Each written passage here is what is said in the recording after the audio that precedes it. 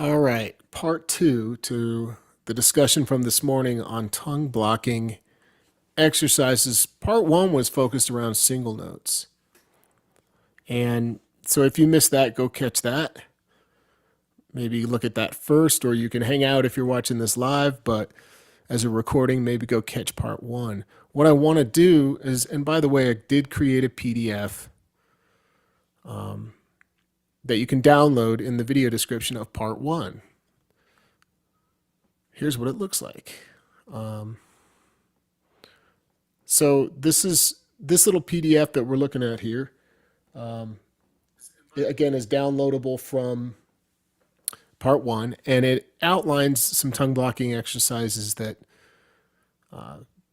fit a 12 bar format. So what I'm going to do in this video is take it one step further and talk about splits and octaves and how we can use the exact same format or formula that you see here. And if you want to download this, just go to the first video and it's in the video description. It even links you back to that part one video so you can watch it with the PDF. But basically, I want to try to explain this the easiest way I know possible. And that way it clicks for everybody. Most people who start tongue blocking actually are tongue blocking octaves and splits as their introduction to tongue blocking. That's what they find first. And then often it's second that they come across the single notes, the slaps, the flutters, and things like that. So for some of you, maybe this was backwards the way, but really I think if we could start fresh, you'd do single notes first and then do these splits and octaves. So let's talk about what a split and an octave is first. It's when you take the tip of the tongue, you place it on the comb of the harmonica to cover anywhere from 2 to 3 holes, depending on where you are and what you're playing.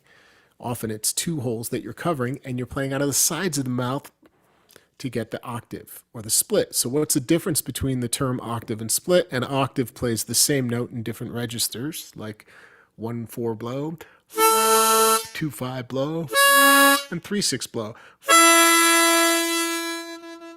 1/4 draw is another common one. The minute we put the tongue in the same position but move somewhere on the harmonica and we don't produce the same notes, that is a split.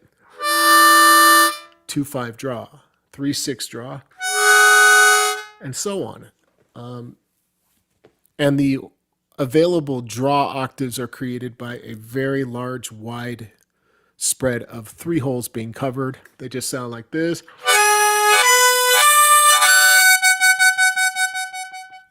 You got to go much wider. So that's what's going on in the world of octaves and splits. And how could you practice it with this simple little progression? Here's what it sounds like as a single note first.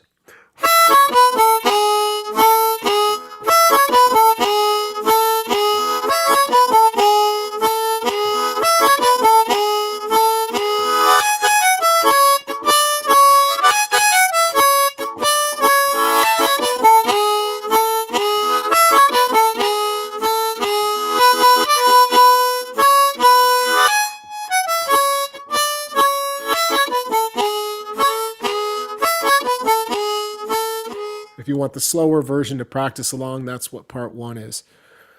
So here's what it would sound like if we did it in octaves and splits. It's really fun to practice like that, actually. And there's only one substitute where you can't play it in a cohesive kind of manner, and that's the 3 draw. So I'll show you what I do with that. But to be clear, the 6 becomes a 3/6 blow. The 5 becomes a 2/5 blow. Okay? The 4 draw becomes a 1/4 draw. The 4 blow becomes a 1/4. You're just substituting those for octaves. So here's what it would sound like. The 3 draw is the exception that I'll talk about.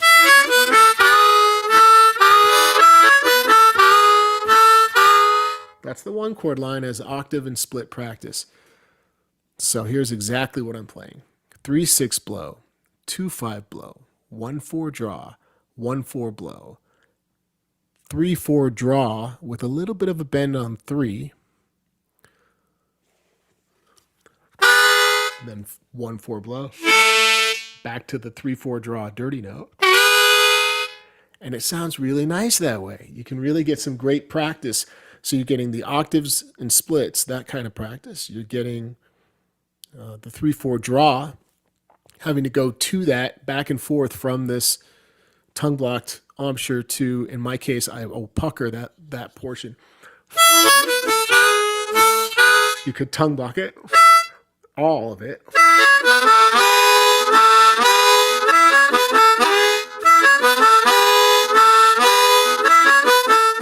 I have to focus. I'm not used to playing it that way. See what I did? A slip there. So then this portion, the 4 chord, sounds like this.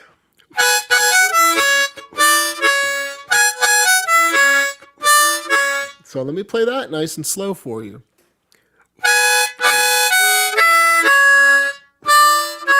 Lots of splits in there. Very dissonant sound. It's, for some of you might think, I don't know if I like that. Keep playing with it.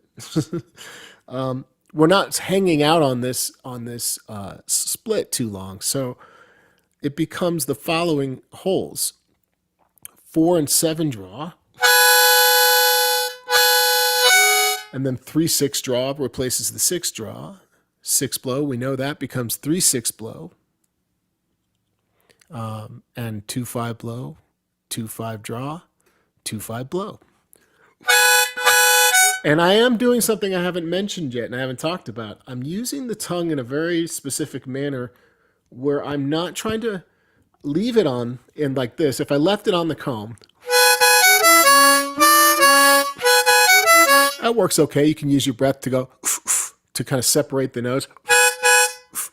But I'm not doing that. I'm taking the tip of my tongue and barely pulling it off and gently nudging it back on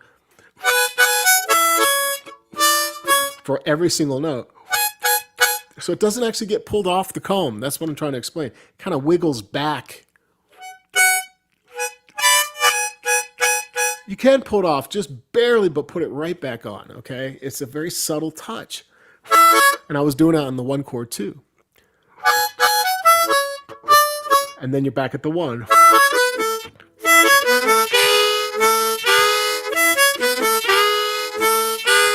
And then let's talk about the 5 chord.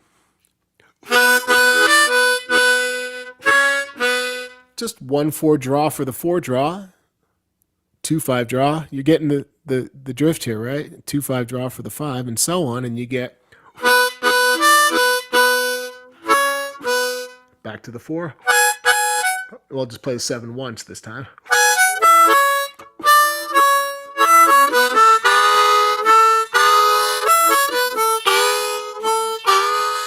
Now, if that becomes very easy for you and you're very comfortable doing this, let me suggest or share another thing that you could be doing. You could try to improvise around the pattern you learned from that point, which means you'll kind of like trying to come up with new lines in the moment and try to put myself on the spot and do this. I have not tried this yet, but maybe it becomes a hybrid between working back and forth between like some octaves and splits and then going to like a single note, and I don't know. Let's see.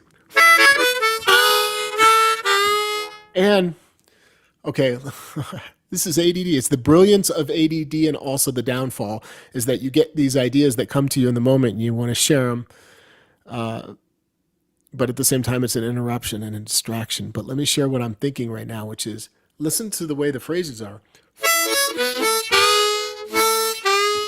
There's a little rest between the line right there.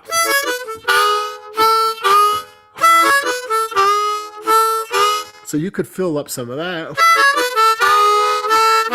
Whoa.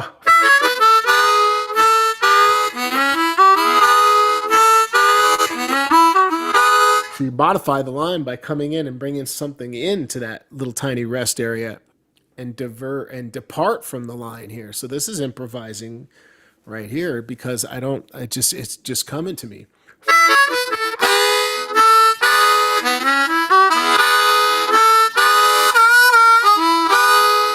So now we just riff around that 3 draw part, the 3 draw, 4 blow, 3 draw. And you can start to play around with other lines.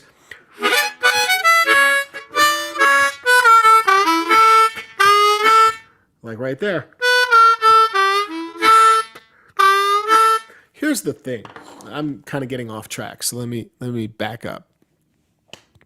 I am not a full-time tongue blocker. I said this in the first video this morning, the part one, but I often work and practice like I am. I'll practice all tongue block things, bass lines and riffs and bending, but it's for the sake of just strengthening my tongue blocking in general because I use a lot of tongue blocking. In the last video, I slipped and said I don't use much. I was talking about overblowing, but I said tongue blocking. So yeah, it's kind of cool. I think the best way to find the new ideas is to just let it like jam on it for a while.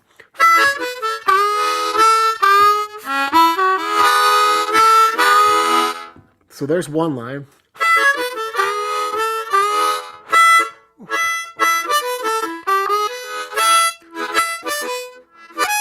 A new starting note might help, right? A new starting place. You could take the 5-chord kind of idea of the 4-draw, 5-blow, 4-draw and bring that into the 1.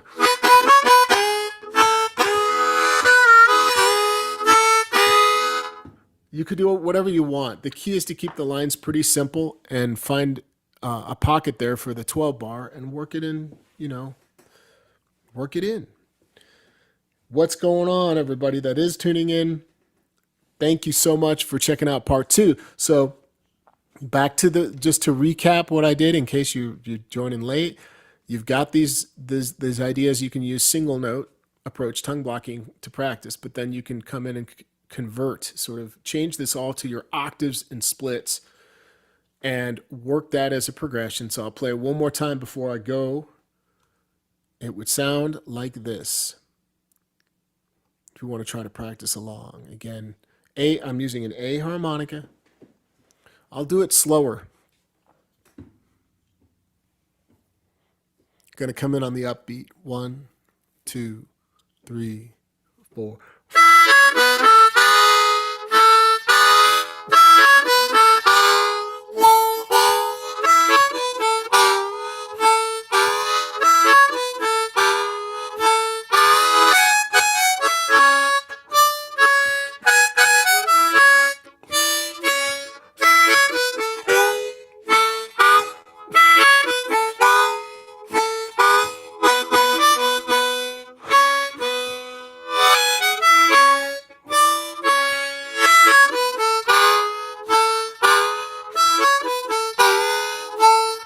I got something weird going on with the harp. Hold on.